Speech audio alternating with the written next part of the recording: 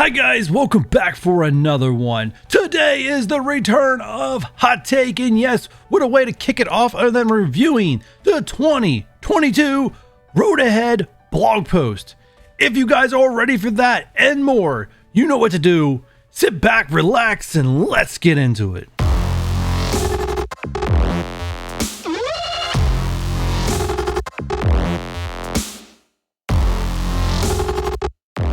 Like I said, welcome back to Hot Take. In today's Hot Take, we're going to dive deep and give you my theories, my thoughts, and my frustrations over this and things I feel they could have definitely have done better.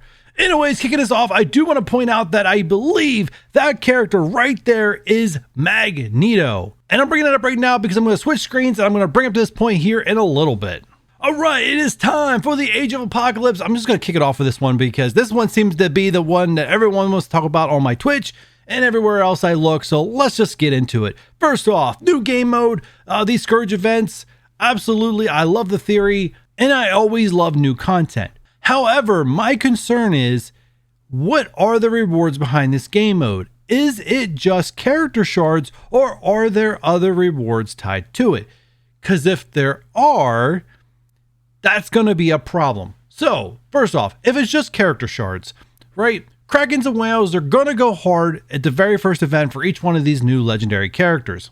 And if it's just character shards, once they max out these legendary characters, they are going to stop participating, which is going to allow newer mid-game and even the free-to-play players catch up and also max out, unlock these characters and then eventually maxing out the characters. If the Krakens and whales never take these legendary events off because there are other rewards tied to it, it's going to be a very, very excruciating grind for those early mid-game players and also those free-to-play players, as they're constantly being pushed down in ranking because the Kraken and whales, even though they don't need the character shards anymore, are still participating for the other rewards. So even though this game mode might be time consuming, I'm hoping, fingers crossed, that it's only for character shards and for nothing else. And you guys can let me know, just like everything I covered today, down in the comments down below. Do you agree with my point of view? Do you disagree with my point of view? Obviously, if I get a lot of support for my point of view, then I can share it with Scopely. Now, before we move on to the next topic, let's get back to that thing where I pointed out. That character in the front is Magneto. And by all means, you can leave down your comments down below who you think the 4 horsemen are. Now, I think it's a strong possibility that all 4 of these characters are a mutant. And on the Marvel Strike Force webpage, if you go to the Apocalypse tab, it does tell you that the horsemen will command their own powerful team that specializes in dominating a specific game mode that my hat is kind of blocking. So, here is my thought and theory. That one I thought was Magneto. I think that's possibly another version of Magneto, right? He won't be Magneto in the game, he'll be Death. But when you put Death on the Brotherhood team, replacing OG Magneto, Brotherhood gets increased stats and then becomes a war meta team. The best war meta team in the game. Now, let's move on to another character. This big one here on the end, I think that might be Beast. You take OG Beast of Astonishing X-Men, put Beast on, or maybe there's a different combination of X-Men to use, and they become the best raid team. And I think that's an example for the rest of them. I'm not going to give my theory on all these because I just want to keep this video as short as possible. But let's assume one of these brings back the Phoenix Apex arena team that we used to have back in the day, like 2019. It's possible one of them could boost that back up into the meta. And then another one, congratulations, there's your very first grand tournament, aka Cosmic Crucible, which we'll get to a little bit later here in this dev blog. It makes them the meta team. So I think you have your 4 game modes right there: War, Raid, Arena, Cosmic Crucible, boom, covered, meta. And that does sound like a lot of mutant characters, right? They get their own team. That's 16 mutant characters besides these 4 horsemen. I don't think that's going to happen. I think they're going to use existing characters to pair up with these characters to make sure they don't have a huge overload of mutants this year. And even though I think this year will be the year of the mutant, it's similar to how we had Bio in 2020. That does look like Lady Deathstrike, does it not? Next up, they go into about talking about MarvelStrikeForce.com and MSF.gg, and actually MarvelStrikeForce.com got his very first update that I've ever seen just with this Apocalypse event. But MSF.gg, please, for the love of God, get us that API as soon as possible. Like that should be a highest priority as you guys are approaching 200 playable characters in this game within the next 2 patches. You really need to get us an API, please. Moving on to the new PvP mode, which is Cosmic Crucible. Now, this is a kind of like a similar solo version of War. It's going to be played a little differently, maybe a little different room bonuses. They said they want us to theory craft and stuff like that, so there may be some shenanigans, maybe characters that are banned. I don't know. I honestly don't know what all to expect here. I'm not part of the play test. I'll just put that out there. So I'm definitely interested in this. And the thing I like about this most is that, like, unlike War, where you know, you rely on 23 other people for either if you want to be competitive, you don't want to be competitive, or you don't want to be nagged about War, right?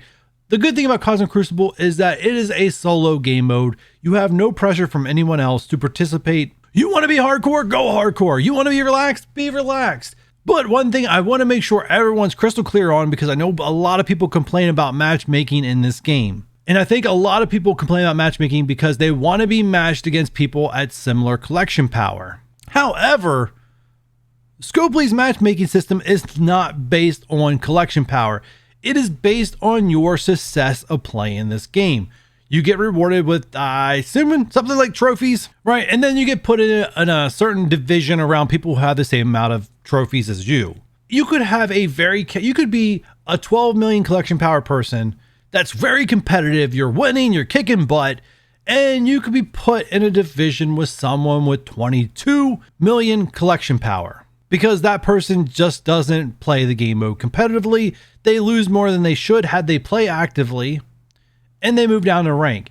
And you just may not be able to do much with that. That's a very strong possibility. So once again, I think we're in another game mode where your win rate could be 50%. Just saying. Next up, costumes. Nobody cares about costumes. We're moving on. Next up, Avenger Tower improvements. Dedicated save squads tabs. Thank you. I really wanted that last time, and not having it was very frustrating. Along with the ability to filter out characters already used. It is very difficult to sit there and select characters when you just have a bunch that are on cooldowns. So both of those things will make Avenger Tower more enjoyable. There is something I want to get to, but wait till you get to the quality of life improvements to talk about it. Economy improvements, all this stuff that they described in here is nice, but doesn't really solve the biggest problem at all. Now, it's great that they listen to player feedback and they're going to remove minions from 6 and 7 red star elite orbs. That's nice. And if you're going to give me additional ways to earn teal gear, please make the uniques somewhere else where I can collect them other than the supply store and the war store. And last but not least, where I'm probably burning up the most is the quality of life improvements.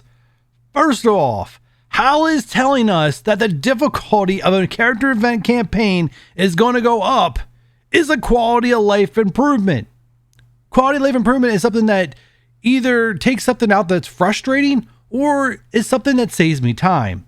This does neither. Now, I have been saying for over 2 years now, you guys can even go back and watch all my how to get this character for 4 stars for free videos to find, like, even 2 years ago, I said that they were going to have to raise the difficulty on the character event campaigns because level 60 is so easy to get to anymore. It's not even like, why is it even considered hard? So they're doing what I expected them to do 2 years ago. So in all aspects of everything, they've actually been player friendly for the last 2 years.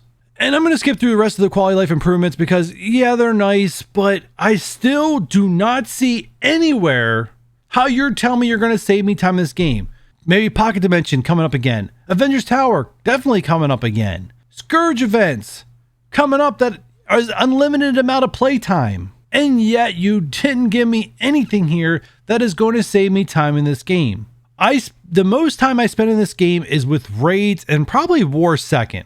And at least I can say War's not every day. Raids. I've thrown this out to Scopely. I've given his feedback many times. I'm going to give it one more time. I'm going to plead my case one more time. I'm going to take a different avenue. I like playing video games. I'm pretty sure some other people out there like playing video games watching this right now. And one of the coolest things, especially that add to replayability of other games, but maybe not this one, so to speak, is achievements, right? It would be very, very nice if you added an achievement mode to raids to each node, that if we hit the milestone number, right? Or like say the max number is defeat campaign node 3 stars 12 times, right? We hit that achievement. We should have the ability to auto complete that node so we're not doing the same content day in and day out. You know how frustrating it is to sit through a 5-minute raid match knowing exactly how it's going to play out every single day, and that's just one? It gets miserable. I'm going to say it gets miserable. That's exactly what it is. I don't even feel like logging in and playing it. I do for the other 23 people on my team, but it's miserable. If you gave me achievement, at least I'd be excited to hit that achievement number knowing I'm going to be able to auto complete going forward. Now, before I get out of here and just wrap this all up, what Scopely did not mention in this devlog or even address at all, and they really need to publicly screw all this red tape BS, be transparent, and let us know that the bugs are getting fixed. Exploits will not be tolerated, and you will do your best to make sure they don't happen in the future so I can actually be excited for this new content. And with all that said, if you guys enjoyed my hot take, hit that thumbs up button. If you're new here and haven't done so already, hit that subscribe and hit that notification bell if you want to be notified when the next video goes live. And I'll catch you guys on the next one. Bye.